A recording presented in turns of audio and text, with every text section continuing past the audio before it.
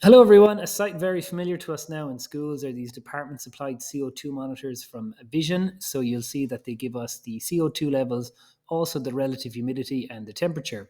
So a lot of schools have these plugged into wall sockets via the USB supplied charger. But did you know that if you plug them into the PC, you can open the possibilities of changing the settings and reading the historical data? So let's have a look. I've got the Vision software installed here, and as you can see, I'm getting a live reading direct from the sensor, but also I can go into overview here and I can see all my settings for changing the different light levels at different warning levels. I can do factory reset if I'm having issues.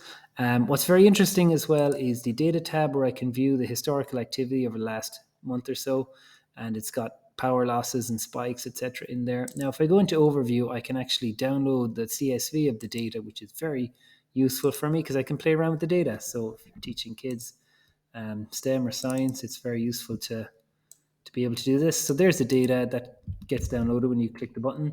And I'm going to copy that into a spreadsheet, and I'll show you very quickly how we can graph the CO2 levels for the last 40 days or so. So I'm going to go into data and I'm going to split text to columns. So you can do this in Excel or Google Sheets, has that same option. So I'm going to select all the days and I'm going to select the CO2 levels by holding down Control and clicking, and I'm going to hit Insert Chart, and this will give me a chart. Now I'm going to add the x-axis label, which will be the days, the year range. Not a fan of that style of chart, so you can go around and you can go and play around with the different chart styles till you get one that works for you. So there you go. It's a nice one. Looking back over the last number of days, you can see we had a spike there one day for whatever reason. So, yep, that's how you do it.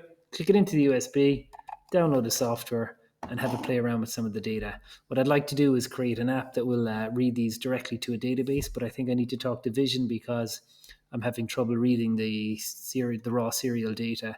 I think there must be something the software sends to trigger the data to be sent back, because when I try and read it directly from the serial port, I'm not getting any outputs. Unless any of you out there have any tips on how to do that, much appreciated. It'd be nice to be able to put it all into a database and have a look overview of how the school is doing.